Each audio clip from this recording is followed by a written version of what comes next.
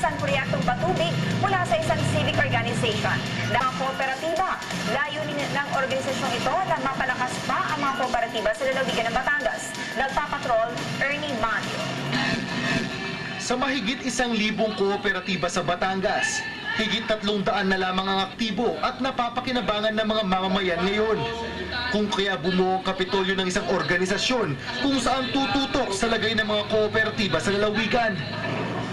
Noong Miyerkules, pinasinayaan ng mga bagong halal na opisyales ng Provincial Cooperative Development Council. Noong mga nakaraang taon kasi, kanya-kanya ang mga kooperatiba sa paggawa ng mga hakbang. Dito sa pag-develop ng council ay upang mapag-isa natin ang ating mga kilos at ang ating mga hakbang sa pamamagitan ng isang programang susuporta sa kilosang kooperatiba sa ating lalawigan. Sa tala, ang Batangas ang may pinakamalakas na kooperatiba sa buong rehiyon. Kung kaya todo ang suportang ibinibigay dito ng Kapitolyo.